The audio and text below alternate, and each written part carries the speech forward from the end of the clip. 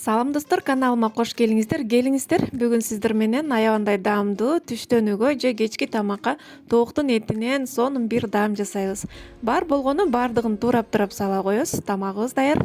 Ал үчүн бизге тооктун буттары керек болот жана ушундай төш этинен да кошуп койдум. Андан кийин кара мурч, паприка, тоок этине арналган приправа, кургатылган чеснок баардыгын салып, андан кийин майонез, томат пастасы жакшылап салып, аралаштырып 1,5 саатка мариновкага кое туруңуздар. Туз, суюк май кошуп аралаштырып алабыз. Мынакей. Жарым саатта туз, май, приправа баардыгы тоок этине сиңип аябандай сонун болуп мариновка болот кыздар. Мынакей.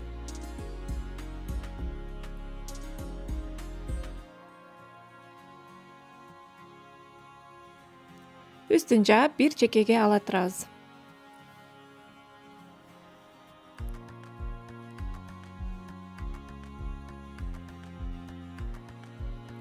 Этибиз даяр болгон чакты биз картошкабызды арчып, жууп, тазалап, картошка, сабиз, пияз, өзүңүздөрдүн каалооңуздарга жараша болгар калемпирин да койсоңуздар болот. Мынакей узунча кылып, ушундай кылып бөлүп алабыз.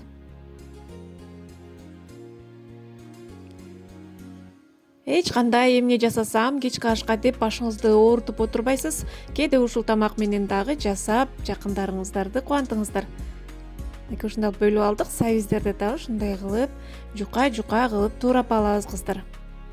Картошкага караганда сабиз кечирээк пышат, ошон үчүн жукараак кылып туураңыздар. Мынакей туурап алдык.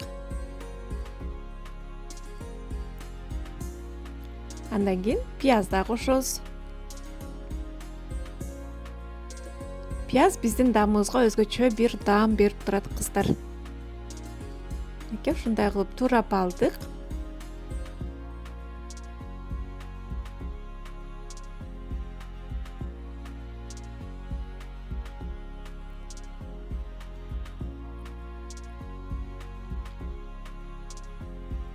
Андан кийин бул жерде таттуу кызыл паприка жана куркума кошуп койсоңуздар болот. Татына жараша туз салабыз кыздар. Жакшылап суюк майдан коюп, жакшылап аралаштырып. Достор, каналыма каттала элек болсоңуздар, сөзсүз түрдө катталып алыңыздар. Алдыда дагы жакшы рецепттер менен бөлүшкөнгө аракет кылам. Мынакей листибизге салып,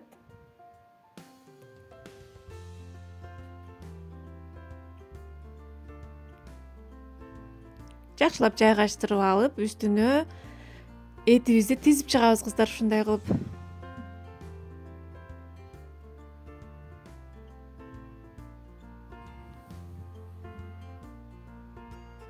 Мынакей.